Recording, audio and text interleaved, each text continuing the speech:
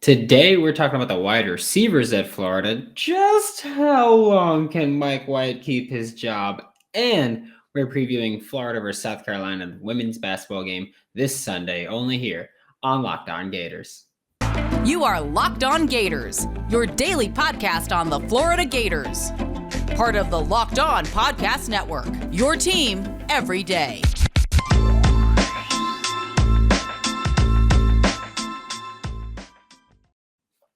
Hello and welcome back to another episode of Locked On Gators, part of the Locked On Podcast Network, your team every day. We are available daily and free wherever you listen to podcasts. So thank you for making Locked On Gators your first listen of the day every day. Happy Friday. I am Brandon Olson. You can find me on Twitter at WNS_Brandon. You can find all of my written work with Whole Nine Sports. That is WHOLENINE Sports. And you can find me right now on Twitch watching Kelpapi, KELLPAPI.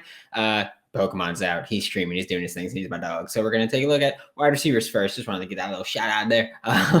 But talking about wide receivers here, I've been very, talking about receivers with Justin Shorter and Xzavier Henderson. I've been very happy that is going to be our wide receiver duo on the outside for the most part. They're coming back, both of them, to be starters on the outside. Justin Shorter will be healthy after that scary injury in the bowl game, and that was tough. But like I said, like I've said repeatedly, I'm very happy that this is the duo that we have coming back, because sure, they aren't the explosive playmaker that Jacob Copeland is or Kadarius Toney. Sure, that's fair. They're not those guys, but they're not those guys, pass. But they are very capable blockers, which I realize sounds like such a lame thing to be happy about, but it's very important. They're very capable blockers and contested catch receivers, which is obviously the more important part of that.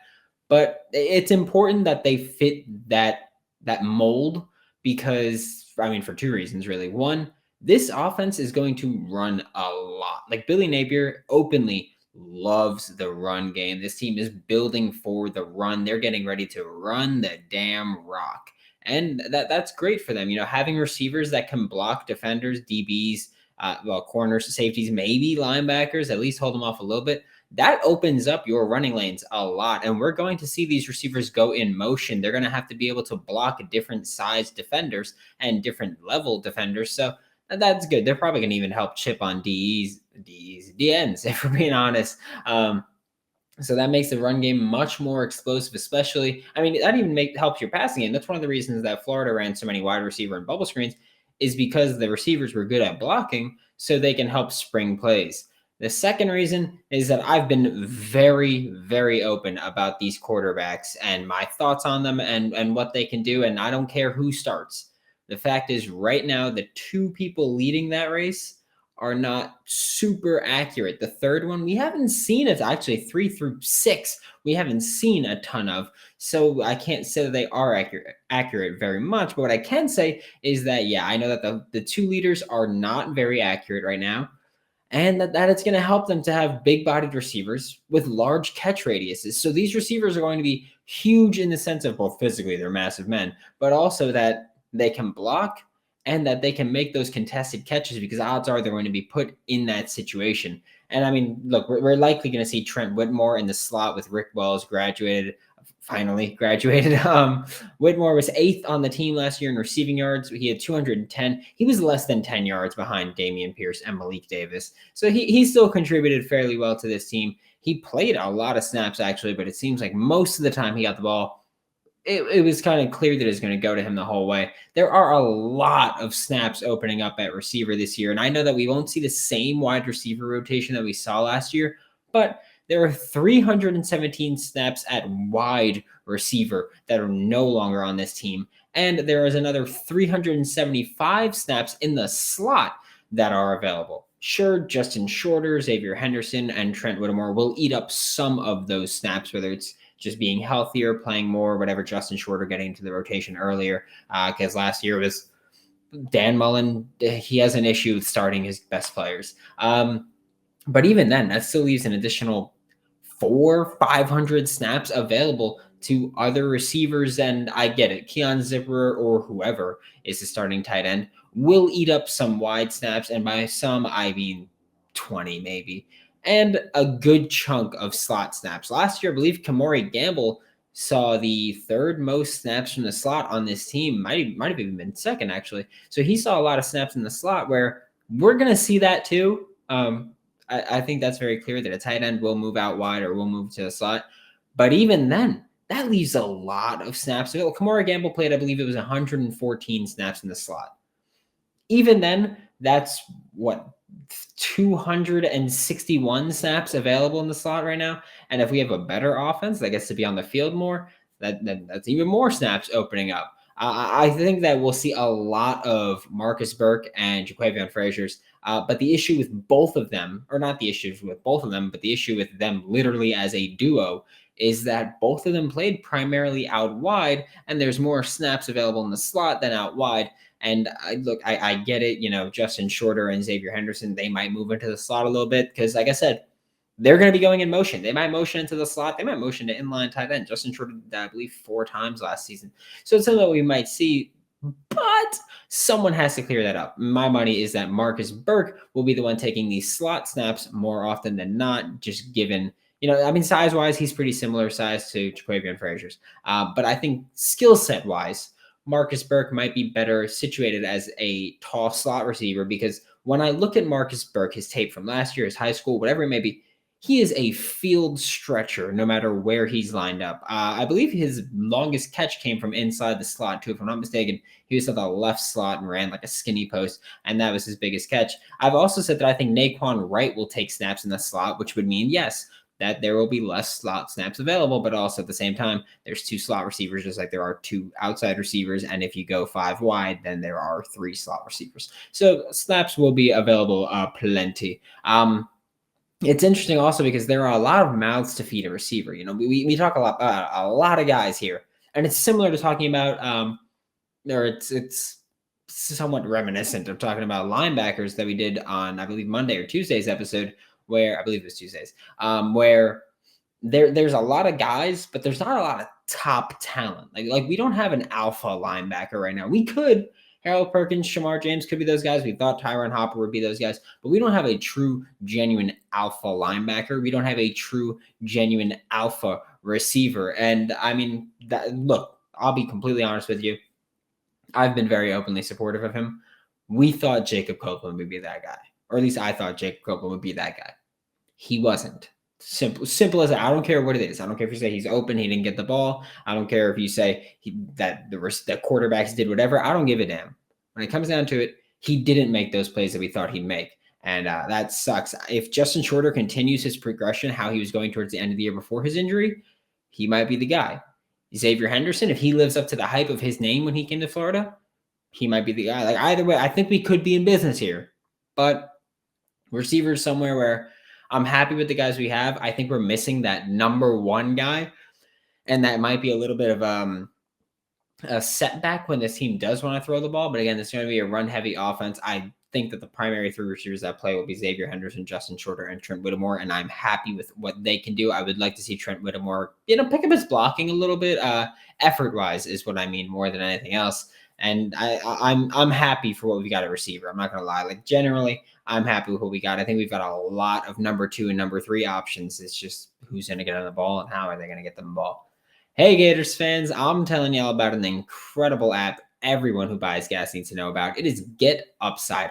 My listeners are earning cash back for every gallon of gas every time they fill up. Just download the free GetUpside app in the App Store or Google Play, whatever you got right now, and use the promo code SCORE, SCORE, for 25 cents per gallon or more on your first fill up. Cash back. Don't pay full price at the pump anymore. That ain't how we do it now, Grandpa. Get cash back using GetUpside. Just download the app and use the free download the free app and use promo code SCORE, that's SCORE, for 25 cents per gallon or more on your first tank. So make sure you got to fill her up when you do it. You can cash out anytime with your bank account, PayPal, e-gift card if you want, with Amazon and other brands. Just download the free GetUpside app and use promo code SCORE to get 25 cents per gallon or more cash back on your first tank.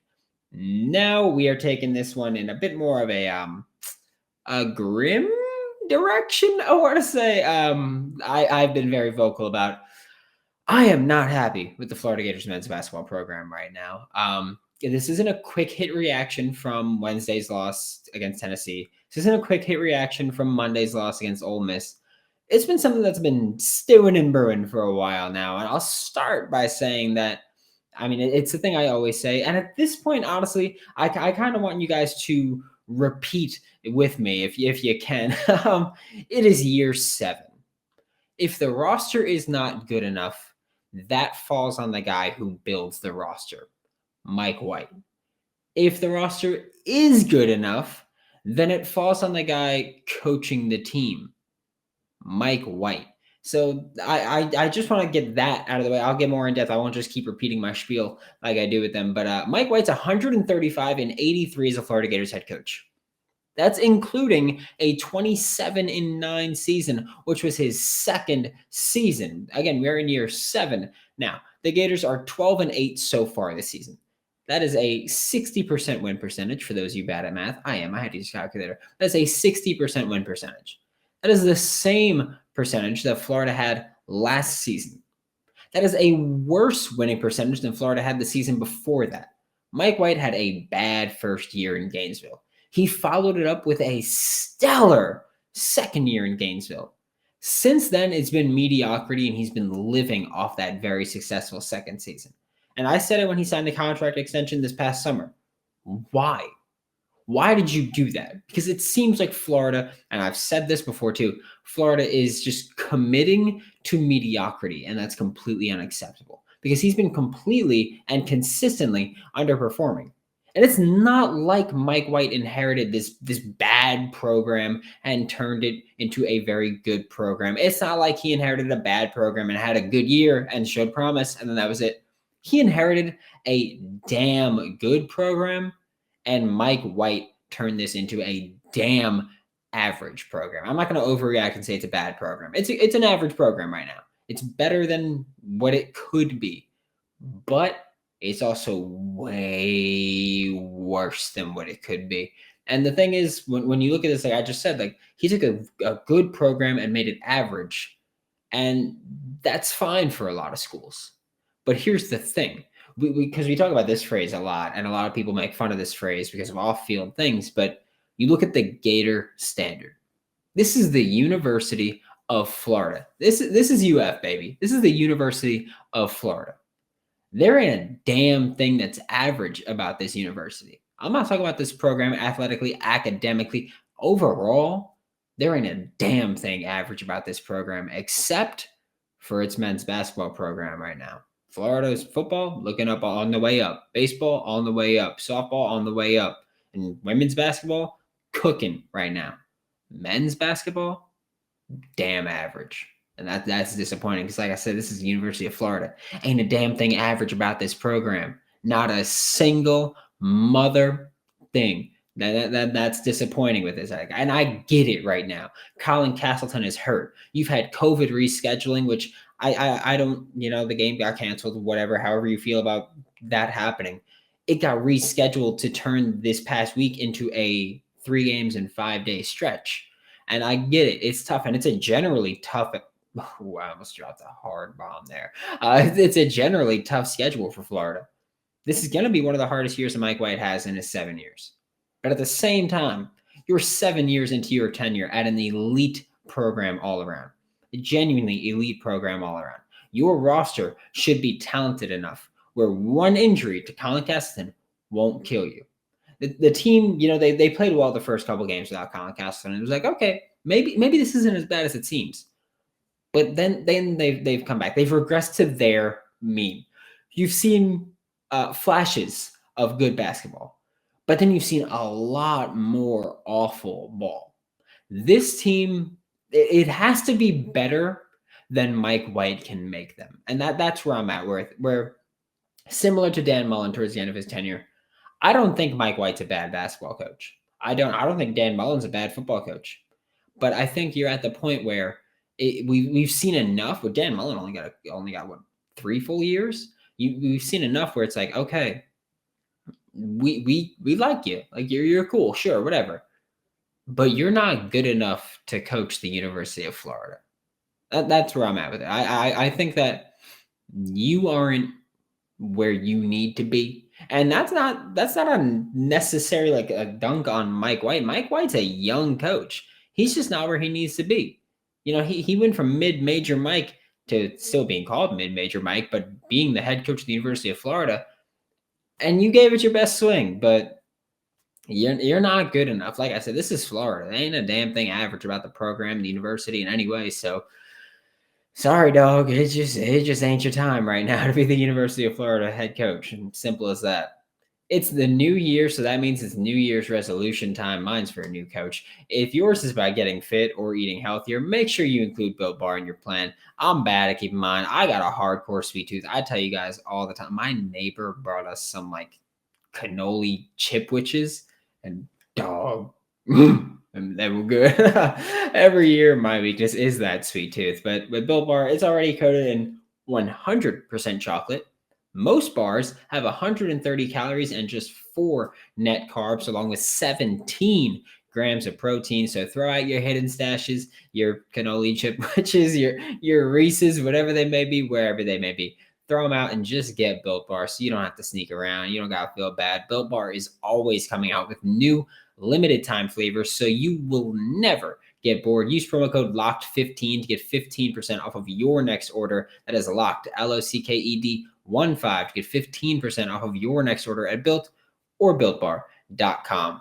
Now we're going to take a look at the Florida Gators women's basketball game with South Carolina. It's happening this Sunday, and I realize I usually don't preview Sunday games on the show, but it's a very big game. South Carolina is currently, at the time of recording, the number 1 team in women's college basketball. So it's big. This is a game at noon in Gainesville. If you can make it to the game, that'd be dope. Give the Gators support and get the crowd rowdy. The rowdy reptiles got to get back into it. I unfortunately won't be able to even watch the game because I will be, at that time, I will be on a flight to New Orleans, traveling to the Senior Bowl, which is in Mobile, Alabama. But hey, you got to make a sacrifice. This is a damn good game too that I'm ready for, because the Gators are red hot, like that, on a 5-game win streak, and 3 of those 5 games have been against top 25 teams.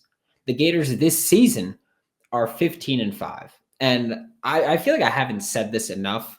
Where I can, I know I've said I'm damn proud of this team. But something else I feel like I haven't said is, like, I was dead wrong about this team. This team was going through a lot before the season. They got off to a cold start. It was rough. I believe at one point it was 2-3, and it's like, damn, maybe they're not it. But I genuinely did not expect this kind of turnaround to be 15-5 at this point in the season, and that's why I will constantly, publicly and privately, give Coach Finley so much credit, because she's dealt with injuries. She's dealt with struggling players. She's dealt with a transfer from one of her best players, who, of course, was injured and then transferred. But whatever it may be, this Florida Gators women's basketball team and Coach Finley has consistently found ways to win games, and that is damn good. Like looking at this game itself, just number 1 South Carolina on the docket. They've got 1 loss on the year at the time of recording. They play Ole Miss at shortly after I'm recording. They play Ole Miss during my live stream on Thursday night, which was last night. So yeah, so that won't be there. But they've got 1 loss at the time of recording. Even if they lose that game, they're a 2-loss team. That would be 18-2 if they lose, 19-1 if they win. This is a damn good team, and you've got to set a focus, a key focus in your game plan on Aaliyah Boston of South Carolina. She's got to be the focal point of this Florida game plan. She's a 6'5" forward. She's a beast for South Carolina. She's averaging 17 points per game, 11.5 rebounds per game. She is a force to be reckoned with at this point. But here's the thing. She's a leading scorer and leading rebounder for South Carolina. And here's the thing. I like how Florida matches up with her. I do. I like how they can match up with her, because you look at this game for the Gators and you look at this roster and you go, who can handle that responsibility of Aaliyah Boston? And then I look at the roster and I go, I know who can handle it. There's a starter and a backup that I'm going to trust with that. It's going to be Faith Dute and Fleur Tunders. Those are the 2 that I will trust to, stay in the rotation, stay out of foul trouble if possible, and kind of take Aaliyah Boston out of the game. We've seen this Florida Gators women's basketball team be able to isolate a star and kind of take her out of the game plan before. I believe it was the Murray State game. They had someone that was averaging like 20 something points per game, and she was just completely silent against Florida. Florida's shown that they could do that. And don't forget, like, this is a Gators team that they lost Lavender Briggs for the season due to injury. And then Lavender Briggs, who I've been very high on, very vocally high on, transferred to Maryland, a week ago now. Of course, she's out for the year, but when she is healthy, she'll be playing for Maryland. So this is a team that's needed people to step up. And they've had Zippy Broughton do that, and they've had Alberte Rimdahl do that. Zippy Broughton, of course, did it in the starting lineup, and Alberte Rimdahl has done it on the bench. But Alberte has just come in and just been unconscious as a shooter. She's been remarkable. Zippy Broughton has been just cooking. And, like, you look at Kiki Smith, who's the star of this team, SEC Player of the Week. She's been just a beast, really. She's a do-it-all stat sheet stuffer. She can do it. We know she can. Jordan Merritt is still Jordan Merritt. And the rest of the team really stepped up in a time where, it's a time for adversity with everything that happened before the season. Everything that's happened since the start of the season. Everything that happened before the season, I'm not going to talk too much about, but the start of the season was rough. You've had an injury to Lavender Briggs. You've got Lavender Briggs transfer, and she was one of the stars of this team. Like, she was legitimately just a monster for this team. And you've had the whole team step up. Everybody. Emanuele G. Oliveira stepped up. Nina Rickards has cleaned up after her rough start to the season. Faith Newton Fleur-Tunders picked it up, and they've become more aggressive. This is a team that has stepped up in every possible way they can. So we look at this game, and at the time of recording, again, this is the number 1 team in women's college basketball in South Carolina. They are 18-1 at the time of recording. And yet, here I am sitting in front of you all right now, telling you that I have nothing but faith and confidence in our Florida Gators to get the job done. Is this a perfect Gators team? Nah. But I'll tell you what, it's a damn good Gators team. And they don't have a ton of flaws or a ton of weaknesses. Sure, they can get a little more consistent shooting from three. Alberte Rimdahl has helped that. Sure, they can kind of, focus a little bit more on not turning the ball over, but they've picked that up recently. They have. And you know what?